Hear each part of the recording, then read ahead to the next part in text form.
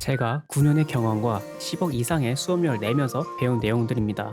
제 경험상 올바른 지식으로 배워야 올바르게 성장할 수 있더라고요. 실력이 아무리 좋아도 벌 때는 잘 벌고 잃을 땐 크게 잃게 되는 게 인간입니다. 결국 매매를 하는 것이 아니라 베팅을 하는 겁니다. 저도 투자하다가 전 재산과 매출을 날린 경험이 있거든요.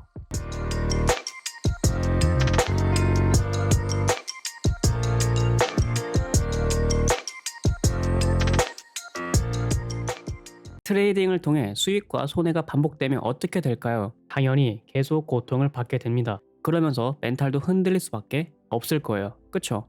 멘탈이 흔들리면 당연히 트레이딩도 잘 될 일도 없고요. 여러분들께 한 가지 질문을 해볼게요.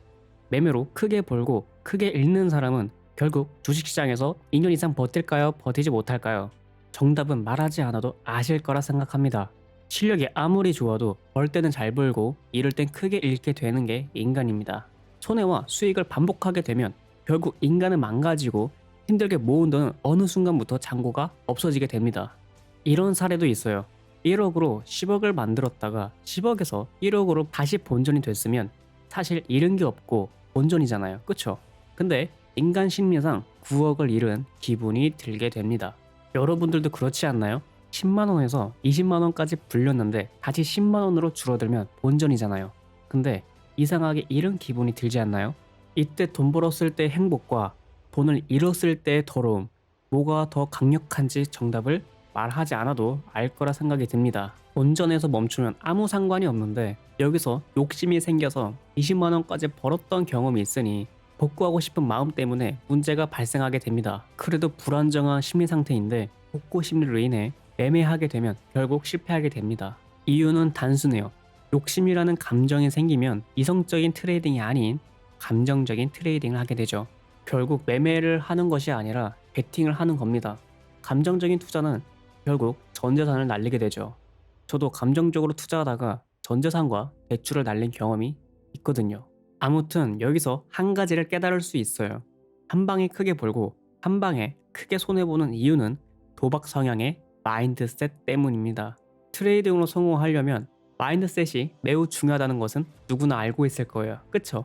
하지만 어떤 마인드를 가져야 할까요? 선물 트레이딩을 하시는 분들은 99%가 남자입니다. 남자분들은 보수적일까요? 진보적일까요? 대부분 진보적입니다. 하지만 주식시장 앞에서는 매우 보수적인 투자를 해야 하죠. 그러려면 이와 같은 투자를 해야 합니다. 첫 번째, 차트 분석을 통해 확률 높은 자리를 찾는다. 두 번째, 확률 높은 자리를 통해 계획적인 투자를 한다. 세 번째, 계획적인 투자는 수익은 크고 손절은 짧게 잡는다. 당연한 소리지만 실제로 이렇게 원칙을 세우고 트레이딩을 하시는 분들은 100명 중 한두 명도 안 됩니다. 여기서 기본 전제 조건은 차트 보는 법을 알아야 매매 원칙을 세우든 차트를 분석한다는 거예요.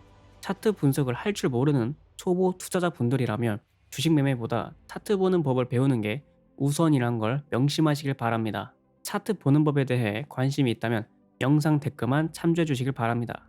이 영상을 통해 전달하는 의도는 이와 같습니다.